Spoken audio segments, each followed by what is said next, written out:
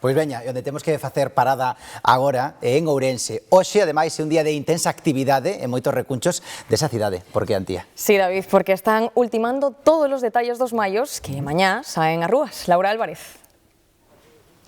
Sí, son os últimos retoques para que mañá non falte detalle. Asociacións como esta levan meses prácticamente dende que rematou o Entroido preparando o seu mallo. Non queren dar moitos detalles do deseño que elixiron este ano para que sexa unha sorpresa para o público, pero será, din, algo que, como sempre, represente o corazón de Ourense. Esta festa da benvida da primavera deixa oco tamén para a sátira e o enxeño en forma de coplas, as que poderán escoitarse mañá ao longo de toda a xornada e que darán boa conta de toda a actualidade. Na Asociación Cultural Os Lolailos levan semanas coa vista posta nos mallos. O día que acabamos o Entroido, xa o día seguinte, pómonos a pensar que vai ser o mallo. A elaboración máis ou menos é un mes. O ano pasado gañaron o primeiro premio dos mallos artísticos reproducindo a fonte da Praza do Ferro.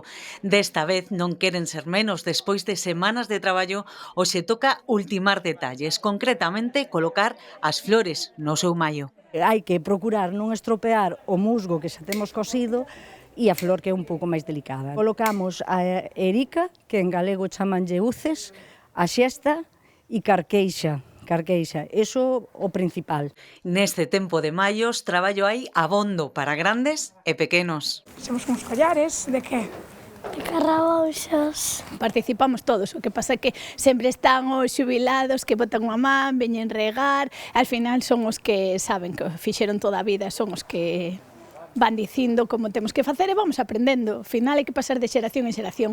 É bonito manter a tradición. Para ver o resultado final, haberá que agardar a mañá con todo seu mallo din que será perfectamente recoñecible para a xente de Ourense. Mañá, pois xa, levar o mallo, colocalo ben, a ver se temos sorte, nos dan un sitiño que sea bastante axeitado para el, entonces a disfrutar, que é o que queda. Declarada Festa de Interese Turístico de Galicia, os mallos son unha desas citas sempre presentes no imaginario ourensán.